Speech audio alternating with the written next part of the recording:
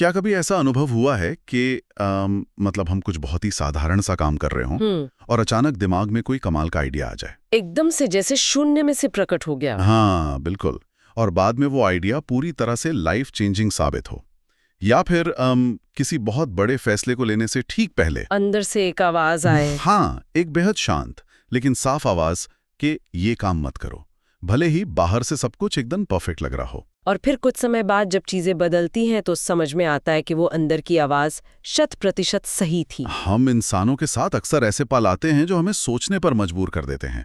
मैं हमेशा सोचता था कि ये सब होता कैसे है। तो आज के हमारे इस गहन विश्लेषण का आधार यही है, नेपोलियन हिल के विचार और उनके लिखे गए नोट्स जो इस घटना को मात्र एक इत्तेफाक नहीं मानते। मतलब ये कोई कोइंसिडेंस नहीं है? बिल्कुल नहीं। हिल इस पूरी प्रक्रिया को एक बहुत ही खास नाम देती हैं। उन्होंने इसे सिक्स्थ सेंस या छठी इंद्री कहा है।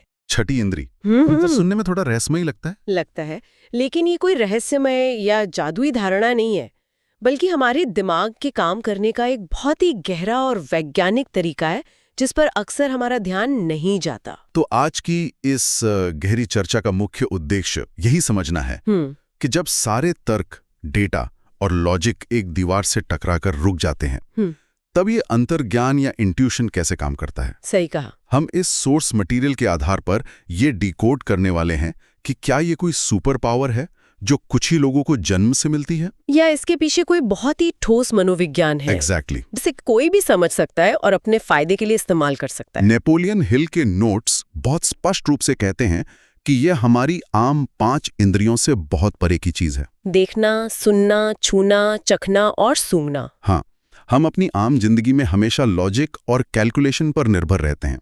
हम डेटा देखते हैं, फैक्ट्स चेक करते हैं और प्रोजेक्शंस बनाते हैं, लेकिन एक ऐसा पॉइंट आता है जहां ये सारा डेटा खत्म हो जाता है और भविष्य धुंधला दिखने लगता है। बिल्कुल। उस अंधेरे में जो चीज रास्ता दिखाती है वो सिक्स्थ सेंस है। तो 5 इंद्रियों से परे होने का मतलब ये नहीं है कि हमें कोई जादुई चश्मा मिल जाता है। नहीं, कोई जादू नहीं है। अगर हम इस पूरे कॉन्सेप्ट के साइकोलॉजिकल पहलू को देखें तो ये 4 बहुत ही महत्वपूर्ण चीजों का एक कॉम्बिनेशन है। मैं समझाती हूँ। हाँ, बताइए। पहला है पैटर्न रिकग्निशन, दूसरा एक्सपीरियंस इंटीग्रेशन, तीसरा इमोशनल इंटेलिजेंस और चौथा गहरे सबकॉन्शियस प्रोसेसिंग का खेल। मतलब हमारा दिमाग हर सेकंड लाखों बाइट्स की इंफॉर्मेशन प्रोसेस कर रहा होता है और जिसका हमारे कॉन्शियस माइंड को पता भी नहीं चलता। तो इस पैटर्न रिकग्निशन को अगर हम असल जिंदगी से जोड़ें तो ये दिखता कैसा है? मान लीजिए कोई बहुत ही अनुभवी डॉक्टर है। ठीक है। उसे अंदाजा हो जाता है कि मरीज को क्या दिक्कत है। अरे हाँ, ऐसा अक्सर सुनने में आता है। ये कोई चमत्कार नहीं है। उस डॉक्टर के दिमाग ने पिछले 20 सालों में ऐसे हजारों मरीजों को देखा है। तो उसका दिमाग बैकग्राउंड में उन सभी पुराने अनुभवों को प्रोसेस कर रहा है। बिल्कुल। उस एक्सपीरियंस इंटीग्रेशन को एक पल में प्रोसेस करके एक निष्कर्ष दे रहा है। समझ गया।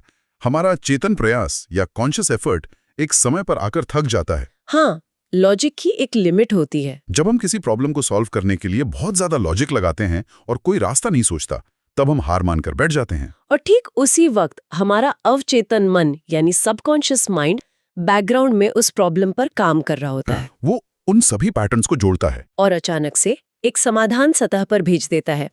इसी प्रक्रिया को वैज्ञानिक इनसाइट कहते हैं। और बिजनेस की दुनिया में जो एंटरप्रेन्योर्स होते हैं वो इसे अपनी गट फीलिंग का नाम देते हैं। हाँ, गट फीलिंग।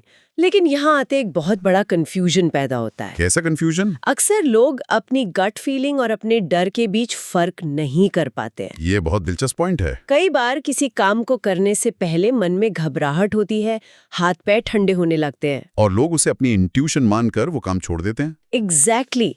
सोर्स मटेरियल में डर और अंतर्ज्ञान के बीच का ये अंतर बहुत ही बारीकी से समझाया गया है। दोनों अंदर से आते हैं, लेकिन दोनों की फ्रीक्वेंसी बिल्कुल अलग होती है। डर हमेशा बहुत शोर मचाता है, वो लाउड होता है। बिल्कुल।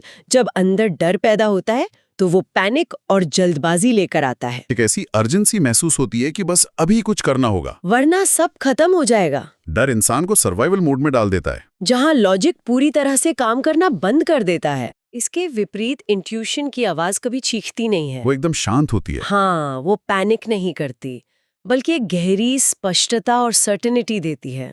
मतलब जब इंट्यूशन बोलती है तो मन में कोई हड़बड़ाहट नहीं होती, बस एक साफ दिशा होती है, एक तरह की शांति महसूस होती है। भले बाहर कितना भी तूफान क्यों ना हो। तो मन में उस शांति का होना ही सबसे बड़ी शर्त है। बिल्कुल। अगर इनर साइलेंस नहीं है तो इंट्यूशन की आवाज कभी सुनाई ही नहीं दे सकती। डर का शोर और एंग्जाइटी की आवाजें इतनी ज्यादा होती हैं कि वो उस शांत गट फीलिंग को पूरी तरह से दबा देती हैं। जैसे किसी रेडियो पर बहुत ज्यादा स्टैटिक नॉइज हो तो असल गाना सुनाई ही नहीं देता। इंट्यूशन वो साफ गाना है और हमारी एंग्जाइटी वो स्टैटिक शोर। अब यहाँ एक बहुत बड़ी प्रॉब्लम आती है। आज की दुनिया की सबसे बड़ी समस्या यही है कि हमारे आसपास शांति बची ही कहाँ है। आधुनिक युग शोर से भरा हुआ है। सुबह उठने से लेकर रात को सोने तक हम स्क्रीन से घिरे हैं। हर वक्त फोन पे नोटिफिकेशंस आ रहे हैं। सोशल मीडिया पर दुनिया भर का गुस्सा और ओपिनियन हम पर फेंका जा रहा है। डिस्ट्रैक्शन का एक कभी ना खत्म होने वाला समंदर है। लोग पॉडकास्ट सुनते हुए नहाते हैं और टीवी देखते हुए खाना खाते हैं। ऐसे में दिमाग को वो खालीपन मिलता ही नहीं जहां वो अपने अवचेतन मन की आवाज सुन सके। तो इस शोर के बीच इंट्यूशन को जगाने के लिए क्या किया जाए? हमारे विश्लेषण के सोर्स में एक बहुत ही प्रैक्टिकल और एक्शनेबल समाधान दिया गया है। शांति की ताकत। हाँ, शांति की ताकत को अक्सर बहुत कम आंका जाता है। रोजाना 10 से 15 मिनट के मौन की प्रैक्टिस दिमाग की पूरी वायरिंग बदल सकती है। सिर्फ 10-15 मिनट? हाँ, लेकिन ये सिर्फ चुपचाप बैठने की बात नहीं है। ये 10-15 मिनट का मौन पूरी तरह से डिस्ट्रैक्शन फ्री होना चाहिए। मतलब कोई फोन नहीं, कोई म्यूजिक नहीं और कोई बातचीत नहीं, बस खुद को और अपने विचारों को ऑब्जर्व करना है। सुनने में ये मौन बहुत छोटी बात लगती है। लेकिन आज के समय में बिना किसी स्क्रीन या आवाज के 10 मिनट बैठना शायद सबसे मुश्किल काम है। शुरुआत में दिमाग बागी हो जाता है। वो हर तरह के रैंडम विचार फेंकता है। लेकिन जब कोई इसे रेगुलरली करता है तो ये शांति धीरे धीरे दिमाग को शांत करती है। जैसे गंदे पानी से भरे ग्लास को अगर कुछ देर शांत रख दिया जाए तो सारी गंदगी नीचे बैठ जाती है और पानी साफ हो जाता है। और जब दिमाग शांत होता है तब अवचेतन मन सतह पर आने लगता है और आइडियाज बिना किसी रुकावट के फ्लो करने लगते हैं। अवचेतन मन की इसी असीम शक्ति से जुड़ा एक बेहद दिलचस्प और हैरान करने वाला किस्सा नेपोलियन हिल के जीवन का है। अदृश्य सलाहकार। हाँ, द इनविजिबल काउंसलर्स। इस कंसेप्ट को उन्होंने यही नाम दिया था। ये एक ऐसी मेंटल एक्सरसाइज थी जो आज के समय में किसी को भी अजीब लग सकती है, लेकिन इसके मनोवैज्ञानिक परिणाम बेहद शानदार थे। ये कहानी सच में किसी फिल्म के सीन जैसी लगती है। हिल अपने दिमाग में हर रात एक इमेजिनरी काउंसिल बनाते थे। वो कल्पना करते थे कि वो एक बड़े से बोर्ड रूम में बैठे हैं और उनके साथ Thomas Edison, Henry Ford, Darwin और अब्राहम लिंकन जैसे दुनिया के महान लोग बैठे हैं। हिल मानसिक रूप से इमेजिन करते थे कि वो अपनी असल जिंदगी की प्रॉब्लम्स इन महान हस्तियों के सामने रख रहे हैं और उनसे सलाह ले रहे हैं। उन्होंने हर एक किरदार को एक विशिष्ट व्यक्तित्व दिया हुआ था। सबसे बड़ी बात यह है कि धीरे धीरे ये अभ्यास उनके लिए इतना असली हो गया कि उन्हें उन इमेजिनरी लोगों से ऐसे जवाब और क्रांतिकारी विचार मिलने लगे जो उन्होंने खुद कभी कॉन्शियसली सोचे ही नहीं थे। तो मनोविज्ञान के नजरिए से ये क्या था? ये सिर्फ ख्याली पुलाव पकाना या कोई हेलुसिनेशन नहीं था। तो फिर क्या था? ये एक बहुत ही ब्रिलियंट साइकोलॉजिकल हैक है। ओके। जब हम किसी प्रॉब्लम को खुद सॉल्व करने की कोशिश करते हैं तो हमारे अपने डर, हमारे बायस और हमारी ईगो बीच में आ जाती है। तो हिल ने एडिसन या फोर्ड का चेहरा इस्तेमाल करके असल में अपने ही कॉन्शियस बायस को बाईपास कर दिया था। एग्जैक्टली। ये कल्पना अवचेतन मन और स्पष्ट इरादे का एक ऐसा शक्तिशाली मिश्रण था जिसने उनके दिमाग के उन हिस्सों को अनलॉक कर दिया जहां तक लॉजिक की पहुंच नहीं थी। अपने आइडियाज को उन महान लोगों के चेहरे देकर उन्होंने असल में अपने ही अवचेतन मन की गहराई से सबसे बेहतरीन समाधान बाहर निकाल लिए थे। इसे असल जिंदगी में देखें तो मान लीजिए किसी को बहुत बड़ा बिजनेस डिसीजन लेना है। सामने 2 डील्स रखी हैं। पहली डील बिल्कुल सेफ है, उसमें कोई खतरा नहीं है, सारे स्प्रेडशीट्स और डेटा कह रहे हैं कि ये एक बढ़िया कदम है। और दूसरी डील थोड़ी रिस्की है। मार्केट नया है लेकिन अंदर से कुछ बहुत ही एक्साइटिंग महसूस हो रहा है। लॉजिक पूरी तरह से पहली डील की तरफ इशारा कर रहा है, लेकिन उस बिजनेसमैन के अंदर की आवाज लगातार दूसरी डील की तरफ खींच रही है। हाई लेवल डिसीजन मेकिंग में ठीक ऐसा ही होता है। दुनिया के सबसे सफल लीडर्स सिर्फ स्प्रेडशीट देखकर फैसले नहीं लेते। उनके पास डेटा होता है जो उन्हें पूरा लॉजिक देता है। वो सारी रिपोर्ट्स पढ़ते हैं, हर तरह का कैलकुलेशन करते हैं। लेकिन जब डेटा के आधार पर दोनों विकल्प सही लगने लगें या जब डेटा भविष्य की गारंटी न दे पाए, तब वो अपनी इंट्यूशन का इस्तेमाल करते हैं।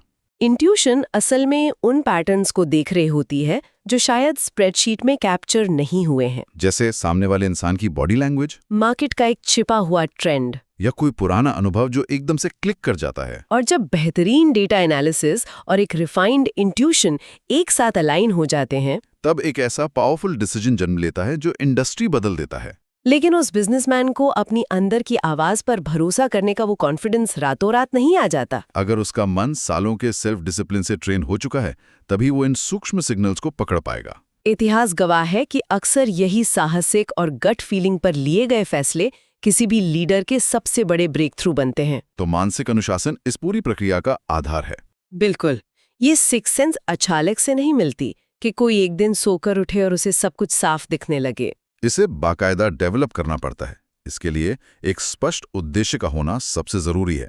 जब तक दिमाग को ये नहीं पता होगा कि उसे किस दिशा में जाना है, वो अवचेतन मन को सही सिग्नल्स नहीं भेज पाएगा। इस सिक्स्थ सेंस को एक्टिवेट करने के लिए नोट्स में एक पूरा डेली रूटीन बताया गया है, जिसके 5 मुख्य हिस्से हैं। पहला कदम है स्पष्ट लिखित लक्ष्य। दिमाग को वेग और गोलमोल बातें पसंद नहीं है। उसे बिल्कुल साफ पता होना चाहिए कि आखिरी मंजिल क्या है, और वो कहीं कागज पर लिखा होना चाहिए ताकि बार बार उसे देखा जा सके। दूसरा कदम है इमोशनल विजुअलाइजेशन। सिर्फ अपनी मंजिल के बारे में सोचना काफी नहीं है, बल्कि उसे भावनाओं के साथ महसूस करना जरूरी है। जैसे वो चीज असल में हासिल हो चुकी है, और उस वक्त जो खुशी और सुकून महसूस होगा उसे अभी महसूस करना। तीसरा कदम वही साइलेंस प्रैक्टिस है जिसके बारे में हमने चर्चा की। रोजाना शांति में बैठना ताकि दिमाग पर शोर कम हो सके। चौथा पॉइंट है मास्टरमाइंड डिस्कशन। इंसान जिन लोगों के साथ अपना समय बिताता है, उसका अवचेतन मन वैसा ही बनने लगता है। ऐसे लोगों के साथ जुड़ना और चर्चा करना जो बड़े विजन को समझते हों, दिमाग को लगातार एक्सपैंड करता है। और पांचवा कदम सबसे ज्यादा चुनौतीपूर्ण है, डर को जड़ से खत्म करना। इस आखिरी कदम के साथ एक बहुत ही बड़ी और सख्त चेतावनी जुड़ी हुई है। सिक्स्थ सेंस की पूरी प्रक्रिया एक बहुत ही प्योर और नाजुक चैनल पर काम करती है। अगर किसी के दिमाग में डर, गुस्सा, नफरत या जलन जैसे नेगेटिव इमोशंस भरे हुए हैं, तो ये इंट्यूशन का सिग्नल पूरी तरह से डिस्टॉर्ट हो जाएगा। नेगेटिव इमोशंस एक तरह का इंटरफेरेंस पैदा करते हैं। अगर कोई इंसान किसी से बदला लेने के लिए या जलन की भावना से कोई बड़ा फैसला ले रहा है और सोच रहा है कि उसकी गट फीलिंग उसे सही रास्ता दिखा रही है, तो वो बहुत बड़ी गलती कर रहा है। साफ दिमाग ही स्पष्ट सिग्नल दे सकता है। अगर मन मैला है या डर से कांप रहा है, तो इंट्यूशन की आवाज कभी सही रास्ता नहीं दिखा पाएगी। नेगेटिविटी उस इनर कंपस की सुई को ही तोड़ देती है। एक डरा हुआ या गुस्से से भरा हुआ दिमाग हमेशा ऐसे फैसले लेगा जो उसे शॉर्ट टर्म में सुरक्षित महसूस कराएं, या उसकी ईगो को संतुष्ट करे, भले ही लॉन्ग टर्म में वो फैसला कितना भी नुकसानदायक क्यों ना हो। इस पूरे गहन विश्लेषण का अगर हम एक दमदार निचोड़ निकालें, तो वो कुछ ऐसा होगा। जीवन में किसी भी बड़ी चीज की शुरुआत इच्छा या डिजायर से होती है। वो इच्छा हमें पहला कदम उठाने पर मजबूर करती है। विश्वास या फेथ हमें उस अनजाने रास्ते पर आगे बढ़ाता है। अच्छी प्लानिंग और लॉजिक हमारे उस सपने को एक स्ट्रक्चर देते हैं। और दृढ़ता हमें मुश्किलों में, फेलियर्स में भी टिके रहना सिखाती है। ये सभी चीजें कामयाबी की फाउंडेशन है। लेकिन ये फाउंडेशन बनने के बाद जो चीज इमारत को आसमान तक ले जाती है, वो सिक्स्थ सेंस ही है। ये वो आखिरी कड़ी है जो किसी भी इंसान को साधारण से असाधारण बनाती है। ये वो पॉइंट है जहां दुनिया के सारे लॉजिक्स, सारी स्प्रेडशीट्स और सारे कैलकुलेशंस खत्म हो जाते हैं और एक बहुत ही हायर लेवल की क्लैरिटी शुरू होती है। जब मन पूरी तरह से फोकस, डिसिप्लिन और इमोशनल मास्टरी से रिफाइन हो जाता है। तब जिंदगी में ऐसे मोमेंट्स आते हैं जहां सबसे मुश्किल फैसले लेना भी एकदम एफर्टलेस लगने लगता है। इंसान बस जानता है कि उसे क्या करना है। और सच तो यह है कि वही कुछ गिने चुने मोमेंट्स इंसान की पूरी डेस्टिनी तय करते हैं। इंट्यूशन पर किया गया वो एक सही फैसला सालों की मेहनत पर भारी पड़ जाता है। इस पूरी चर्चा के अंत में हमारे सामने एक बहुत ही गहरा सवाल खड़ा होता है, जिस पर गहराई से सोचने की जरूरत है। अगर हमारा अवचेतन मन लगातार हमारे अनुभवों, हमारे द्वारा कंज्यूम की गई जानकारी और पैटर्न्स को ऑब्जर्व करके बैकग्राउंड में हमारी इंट्यूशन को तैयार कर रहा है, तो हमें ये सोचना चाहिए कि हम रोजाना अपने आसपास के माहौल से कैसा डेटा बिना सोचे समझे अपने दिमाग में डाल रहे हैं। क्या हमारा रोजमर्रा का डिजिटल शोर, सोशल मीडिया की बहसें और मानसिक थकान हमारी उस गट फीलिंग को सही दिशा दे रहे हैं, या हम अनजाने में अपनी सबसे बड़ी ताकत को हमेशा के लिए म्यूट कर रहे हैं। ये सच में एक ऐसा सवाल है जिसका जवाब हम सभी को अपने अंदर झांक कर खोजना होगा। क्योंकि जो हम आज फीड कर रहे हैं वही कल हमारी इंट्यूशन की आवाज बनकर सामने आएगा। बिल्कुल सोचने वाली बात है। इसी विचार के साथ आज के इस गहरे विश्लेषण को हम यहीं विराम देते हैं।